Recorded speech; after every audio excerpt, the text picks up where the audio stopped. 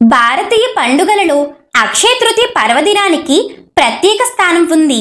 ఈ పండుగను వైశాఖ మాసంలో శుక్లపక్ష తదియన హిందువులు, జైనులు జరుపుకుంటారు. అక్షయం అంటే క్షయం లేకుండా ఉండటం, అంతం లేకపోవటం అని అర్థం. జీవితంలో అన్నిటినీ అక్షయం చేసే పర్వదినం, పుణ్యదినం అక్షయ తృతీయ. అత్యంత పుణ్యప్రదమైన ఈ రోజు వారం, వర్జ్యం వంటివి ఏమీ చూడకుండా ఏ శుభకార్యమైనా జరుపుకునే పుణ్యదినమిది. అక్షయ తృతీయను గురించిన ప్రస్తావన భవిష్య శివపురాణాల్లో ఉంది. అక్షయ తృతీయ మహత్యాన్ని గురించి స్వయంగా శ్రీకృష్ణ పరమాత్మ ధర్మరాజుకు వివరించినట్లు భవిష్యోత్తర పురాణంలో చెప్పబడింది. అంతేకాకుండా ఈరోజే కృతయుగం ప్రారంభమైనట్లు విష్ణు పురాణంలో పేర్కొనని దానిని బట్టి ఈ దినం కృతయుగాది. ఉగాది నాడు ఆచరించాల్సిన విధులను ఈనాడు ఆచరించాలని శాస్త్రవచనం. అక్షయ తృతీయ ఎందుకంత ప్రత్యేకమంటే పరమశివుని అనుగ్రహంతో కుబేరుడు సంపదలకు రక్షకుడిగా నియమితుడైన రోజు. శ్రీ మహావిష్ణువు లక్ష్మీదేవిని వివాహం చేసుకున్న శుభదినం ఈ రోజే. అందుకే ఈ రోజు లక్ష్మీదేవిని బంగారంతో అలంకరించి పూజిస్తే ఇల్లు సిరి సంపదలతో కలకలలాడుతుందని భక్తులు భావిస్తారు. ముఖ్యంగా అక్షయ తృతీయ రోజు ఇంటికి బంగారం కొనటం కన్నా ఈ రోజు చేసే దానాలు, జపాలు రెట్టింపు ఫలితాన్ని ఇస్తాయని స్వయంగా పరమేశ్వరుడు లోకమాత పార్వతీదేవికి చెప్పినట్లు శివపురాణంలో ఉంది. నిరుపేద అయిన కుచేలుణ్ణి శ్రీకృష్ణుడు అనుగ్రహించిన రోజు అక్షయ తృతీయ. ఇంకా ఎన్నో ప్రత్యేకతలు ఉన్న ఈ రోజున రాహుకాలాలు, వద్యాలు, దుర్ముహూర్తాలు, యమగండాలు వర్తించవు. ప్రతి నిమిషం శుభముహూర్తమే. ఏ కార్యక్రమం చేపట్టినా శుభప్రదమే. ఈ రోజు ఏ వ్రతం చేసినా, ఏ పూజ చేసినా, ఏ హోమం చేసినా ఫలం అక్షయమవుతుంది. పరశురాముడు జన్మించింది అక్షయ తృతీయ రోజే. అలానే బ్రహ్మదేవుని కుమారుడైన అక్షయ కుమారుడు కూడా ఈ పవిత్రమైన రోజుని జన్మించాడు. అలానే భగీరథుని తపస్సు కారణంగా గంగమ్మ తల్లి దివి నుంచి భువికి దిగివచ్చిన పర్వదినం కూడా ఈ రోజే. అంతేకాదు శ్రీకృష్ణుడు తన బాల్యమిత్రుడైన కుచేలుడిని కలుసుకున్న రోజు అక్షయ తృతీయ. ఈ రోజుతో కుచేలుడి దారిద్ర్యం తీరిపోయి సంపన్నుడయ్యాడు. వ్యాస మహర్షి మహాభారతాన్ని వినాయకుడి సహాయంతో రాయటం మొదలుపెట్టింది అక్షయ తృతీయ రోజే. వనవాసం చేస్తున్న పాండవులకు సూర్య భగవానుడు అక్షయ పాత్ర ఇచ్చింది అక్షయ తృతీయ రోజే. అలానే పరమశివుడిని ప్రార్థించి కుబేరుడు శ్రీ మహాలక్ష్మితో సమస్త సంపదలకు సంరక్షకుడిగా నియమితుడైంది ఈ రోజే. అంతేకాదు కటిక దారిద్ర్యం అనుభవిస్తున్న ఓ పేదరాలి ఇంట జగద్గురు ఆదిశంకరాచార్యుల వారు కనకదార స్తోత్రం చెప్పిన దినం ఇదే. అంతేకాదు అన్నపూర్ణాదేవి తన అవతారాన్ని స్వీకరించిన రోజు అక్షయ తృతీయ. అలానే ఒడిస్సా పూరి రథయాత్ర సంబరాల కొరకు నిర్మించే రథ నిర్మాణం ప్రారంభించే రోజు అక్షయ తృతీయ. అంతేకాదు బృందావనంలోని బంకే బిహారీ ఆలయంలో శ్రీకృష్ణుడి పాదాలను దర్శించుకునే అవకాశం ఒక్క అక్షయ తృతీయ రోజుని దక్కుతుంది. అలానే సింహాచలం దివ్యక్షేత్రంలో సింహాద్రి అప్పన్న నిజరూప దర్శనం మరియు చందనోత్సవం ప్రారంభమయ్యే రోజు అక్షయ తృతీయ. లక్ష్మీదేవి అనుగ్రహం కోసం ఈ రోజు ప్రత్యేక పూజలు చేస్తారు. ఈ రోజు ఎవరైతే గోదానం చేస్తారో అలాంటి వారు గోవు యొక్క వెంట్రుకలు ఎన్ని ఉంటాయో అన్ని సంవత్సరాలు స్వర్గంలో విరాజిల్లి ఆ తరువాత భూమి మీద పుట్టి చక్కని విద్యను, ఐశ్వర్యాన్ని అనుభవించి చివరకు ముక్తిని పొందుతారు. అదేవిధంగా ఇలా గోదానం చేయటం వల్ల నరకంలో ఉన్న తమ పితృదేవతలంతా స్వర్గానికి చేరుతారు. అక్షయ తృతీయ పర్వదినం గురించి శ్రీకృష్ణ పరమాత్మ ధర్మరాజుకు ఇలా చెప్పినట్లు భవిష్య పురాణంలో ఉంది. పూర్వము దరిద్రుడు, ప్రియవాది, సత్యవంతుడు, జనభక్తుడు, దారిద్ర బాధలు వెంటాడుతున్న సత్ప్రవర్తన వీడక జీవిస్తున్న ధర్మనిష్టాపరుడైన ధర్మదాస్ అనే వ్యక్తి ఉండేవాడు. అతను పేదవారి పట్ల, బ్రాహ్మణుల పట్ల చాలా మర్యాదగా, గౌరవంగా ఉండేవాడు. అతను ఒకసారి ఒక పౌరాణికుడు వైశాఖ శుద్ధ తృతీయ నాడు చేయు స్వల్ప దానమైన అక్షయ ఫలప్రదము అని చెప్పగా విని అక్షయ తృతీయ నాడు గంగానదిలో పుణ్యస్నానం ఆచరించి దేవతలకు పితృదేవతలకు తర్పణం ఆచరించి ఇంటికి వచ్చి దేవపూజ చేసి సద్బ్రాహ్మణులను ఆహ్వానించి నిత్యాహారం కోసం దాచుకున్న గోధుమలు, శనగలు, పేలపిండి, చెరుకు రసం, దద్యోదనము, విసనకర్రలు, జొన్నలు వంటి వాటిని యథాశక్తి భోజన తాంబూలాదులతో దానం చేశాడు. ఫలితంగా మరుసటి జన్మలో అతను కుశావతి నగరంలో రాజు కుటుంబంలో జన్మించాడు. యువరాజుగా సకల సంపదలను అనుభవించాడు. తండ్రి అనంతరం సింహాసనం అధిష్ఠించి ధర్మబద్ధంగా పాలన చేస్తూ ఏ జన్మలోనూ అతను తన దాన నిరతిని వీడలేదు. ఎంతగా దానం చేస్తూ ఉన్నా అతని సంపద క్షయం కాకుండా అక్షయం అవుతూ ఉంది. అక్షయ తృతీయ వ్రతం తాను ఆచరించడంతో పాటు ప్రజలందరి చేత కూడా ఆచరింపచేశాడు. ఫలితంగా రాజ్యంలో అన్నీ అక్షయమై సుభిక్షంగా వర్ధిల్లింది. నిండు నూరేళ్లు జీవించిన ధర్మదాస్ మరణానంతరం వైకుంఠం చేరాడు. ఈ విధంగా అనంతమైన పుణ్య ఫలాలను ప్రసాదించే పర్వదినం అక్షయ తృతీయ అని ధర్మరాజుకు శ్రీకృష్ణుడు ఈ వ్రత విశేషాల గురించి చెప్పాడని పురాణ కథనం. మత్స్యావతారం 65వ అధ్యాయం ప్రకారం ఈశ్వరుడు సర్వకామప్రదమైన అక్షయ తృతీయ వ్రతం గురించి చెప్పాడు. వైశాఖ శుద్ధ తదియ రోజు చేసి ఏ వ్రతమైన, జపమైన, హోమమైన, దానాదులైన లేదా పుణ్యకార్యచరణం ఏదైనా సరే దాని ఫలితం అక్షయమవుతుంది. అలాగే ఈ రోజు పుణ్యకార్యాచరణ వల్ల వచ్చే ఫలితం అక్షయమైనట్లే పాపకార్యాచరణ వల్ల వచ్చే పాపం కూడా అక్షయమే అవుతుంది. ఈ రోజు చేయే తప్పులు మహాపాపములుగా పరిగణింపబడతాయి. ఈ రోజు తృతీయ తిథి బ్రహ్మతో కలిసి ఉంటుంది. అందుచేత విశేష పూజనీయమైంది. ఈ రోజు ఎవరైనా సరే ఉపవాస దీక్షను తీసుకుని ఏ పుణ్యకర్మను ఆచరించినా దాని ఫలితం అక్షయంగా లభిస్తుంది. ఈ తిథి రోజు అక్షయుడైన శ్రీ మహావిష్ణువు పూజింపబడతాడు. అందుకే దీనికి అక్షయ తృతీయ అని పేరు వచ్చింది. అక్షయ తృతీయ నాడు ఆచరించాల్సిన ప్రధాన విధులు స్నాన, దాన, తప, సార్ధ హోమాలు. ఈ రోజు తెల్లవారుజాముని శిరస్నానం ఆచరింపవలెను. గంగా స్నానం లేక గంగా నదిని స్మరిస్తూ నదులు, కాలువలు, చెరువులు, బావులు అందుకు వీలు లేకుంటే ఇంటి వద్ద స్నానం ఆచరింపవలెను. పితృదేవతలను పూజించి తర్పణాలు సార్థం చేయవలెను. ఈ రోజు సముద్ర స్నానం చేసి పితృసార్థం చేయటం వల్ల కురుక్షేత్రంలో 1000 గోవులను దానం చేసిన ఫలం లభిస్తుంది. తరువాత దేవతా పూజ చెయ్యాలి. ఈనాడు శ్రీ లక్ష్మీ సమేత శ్రీ నారాయణుణ్ణి, శ్రీ గౌరీ సమేత శ్రీ పరమశివునితో పాటు ఇష్టదేవతలను పూజించి శక్తి మేరకు నైవేద్యం సమర్పించాలి. ఈ రోజు ఒక్క పూట భోజనం చేసి మరో పూట ఉపవాసం ఉండాలి. ఉప్పు లేని ఆహారాన్ని స్వీకరించడంతో పాటు చక్కెర కలిపిన పేలపిండిని స్వీకరించడం మంచిది. ఈ రోజు వివిధ దానాలు చెయ్యాలని శాస్త్రవచనం.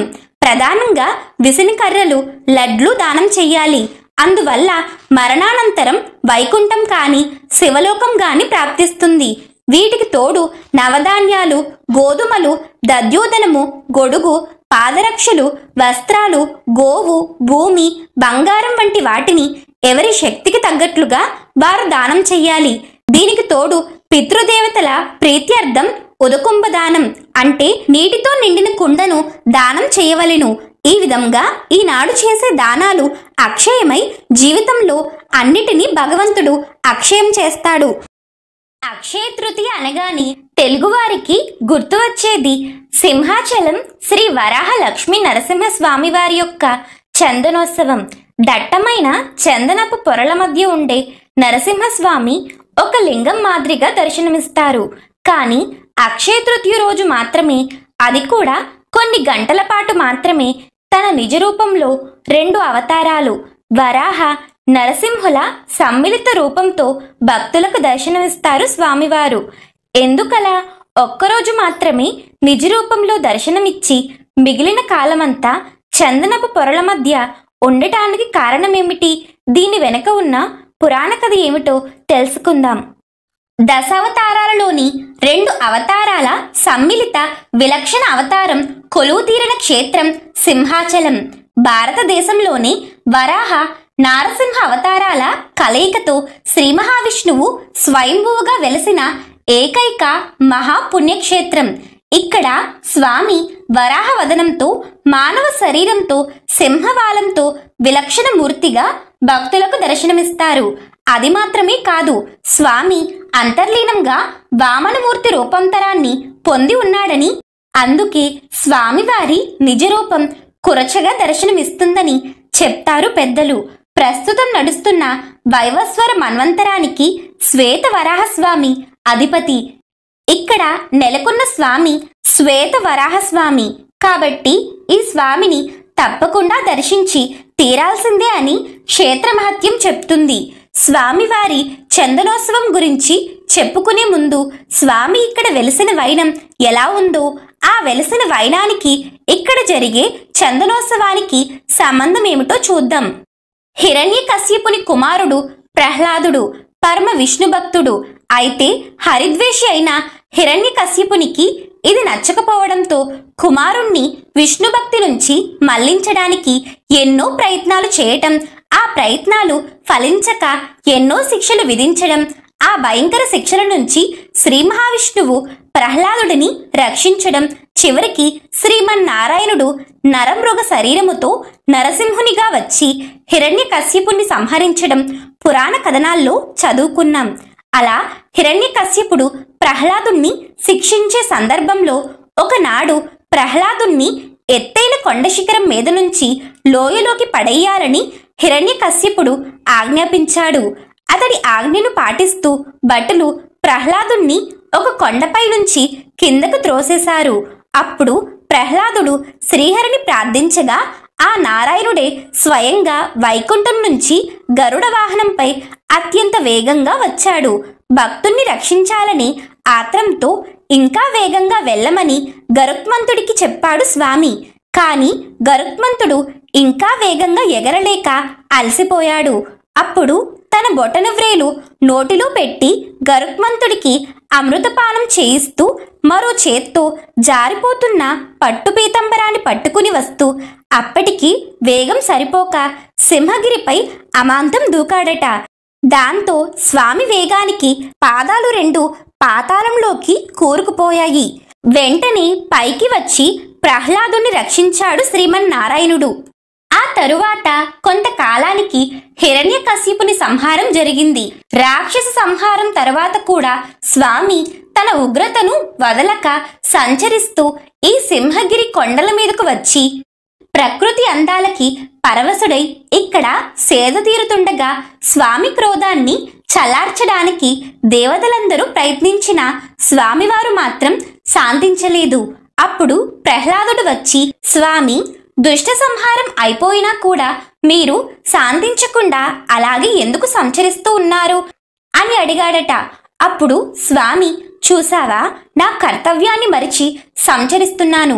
నా కర్తవ్యాన్ని గుర్తు చేసినందుకు నీకు వరం ఇస్తాను. ఏం కావాలో కోరుకో అన్నారు. అప్పుడు ప్రహ్లాదుడు, స్వామి, నేను మీ అనేక అవతారాల గురించి విన్నాను. అలాగే నా పినతండ్రి అయిన హిరణ్యాక్షుణ్ణి సంహరించడానికి మీరు ఆది వరాహ అవతారంలో వచ్చారని విన్నాను. ఆ అవతారంలో నాకు దర్శన భాగ్యం కల్పించండి అని అడిగాడు.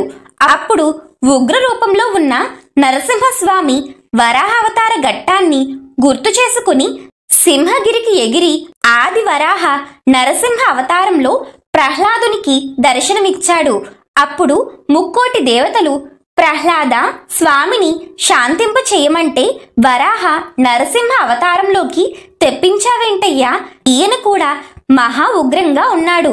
ఇప్పుడు ఈయనను శాంతింప చేయటం ఎలా అని అడిగారు.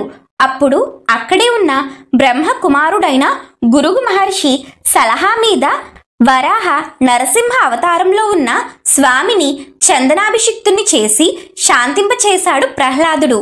ఆ రోజు వైశాఖ శుద్ధ తదియ, అక్షయ తృతీయ. అలా అక్షయ తృతీయ నాడు స్వామిని చందనాభిషిక్తుని చేసి శాంతింప చేయడం వలన అదే సాంప్రదాయం చందనోత్సవంగా ఇప్పటికీ కూడా కొనసాగుతుంది. ఈ కథనం ఇలా ఉంటే, శ్రీ మహావిష్ణువు వరాహ అవతారంలో హిరణ్యాక్షుణ్ణి సంహరించిన తర్వాత ఆ అవతారాన్ని చాలించే సమయంలో వెనువెంటనే తన భక్తుణ్ణి రక్షించే ఆత్రంలో పూర్తిగా ముందు రూపాన్ని వదలకుండానే దాంతోపాటు నరసింహ రూపాన్ని కూడా ధరించి వరాహ నరసింహునిగా అవతరించాడని కూడా ఒక కథనం ఉంది. అలా ఆ కొండ మీదే పర్ణశాలలను నిర్మించి స్వామిని ప్రతిష్ఠించి పూజలు నిర్వహించేవాడు ప్రహ్లాదుడు. కొంతకాలానికి ప్రహ్లాదుని అనంతరం అతడు నిర్మించిన ఆలయం శిథిలమై విగ్రహ రూపంలో స్వామివారు ఆ కొండ మీదే ఒక పుట్టలో చేరారు. ఇవి కృతయుగం నాటి ఘటనలు. తర్వాత త్రేతాయుగంలో భరతభూమిని పరిపాలిస్తున్న చంద్రవంశీయుడైన పురూరవ చక్రవర్తి తన ప్రేయసి ఊర్వశితో కలిసి ఆకాశంలో విహారం చేస్తూ సింహగిరి పరిసరాలకు రాగానే వారి పుష్పక విమానం నిలిచిపోయింది. ఎందుకిలా జరిగిందో విషయం తెలియక పురూరవుడు దిగులు చెందాడు. ఏం జరిగిందా అన్న ఆలోచనలో పడిపోయాడు. ఊర్వశి తన దివ్య దృష్టితో తామున్నది పరమ పవిత్రమైన సింహగిరి ప్రాంతమని గ్రహించి ఇక్కడ వరాహ నరసింహుడు కొలువయున్నాడని పురూరవునికి సూచిస్తుంది. పురూరవుడు స్వామి కోసం వెదుగులాటలో 3 రోజులు గడుపుతాడు. ఎంతకీ స్వామి కానరాకపోవడంతో ప్రాయోపవేశానికి సిద్ధమవుతాడు. ఆ రాత్రి స్వప్నంలో స్వామి సాక్షాత్కరించి తాను పక్కనే ఉన్న పుట్టలో ఉన్నానని కొండమీది గంగధారని ఆనవాలుగా చూపుతాడు. అలా స్వామిని గుర్తించిన పురూరవుడు స్వామి ఆదేశానుసారం 1000 కడవల నీటితోనూ పంచామృతాలతోనూ అభిషేకం చేసి స్వామి దర్శనాన్ని పొందుతాడు. తన తపస్సు కారణంగాను తన క్రోధం కారణంగాను ఏర్పడిన వేడిని చల్లార్చడం కోసం తనను ఎప్పుడు చందనపు పోతలతోనే ఉంచాలని, తనని ఏ పుట్టలో నుంచి తీశారో ఆ పుట్టమన్నుకు సరిపడా చందనాన్ని తనకు పూత పుయ్యాలని పురూరవునికి స్వామివారు చెప్పారు. ఆ విధంగానే పురూరవుడు స్వామికి చందనపు పోతలను సమర్పించాడని పురాణ కథనం. అలా సమర్పించిన రోజు అక్షయ తృతీయ. ఆనాటి నుండి అక్షయ తృతీయ నాడు మాత్రమే స్వామివారి నిజరూప దర్శనం చెయ్యాలని పురూరవుడు శాసనం చేసినట్లుగా తెలుస్తుంది. ఆనాటి నుంచి నేటి వరకు స్వామివారికి చందనపు పోతలు జరుగుతూనే ఉన్నాయి.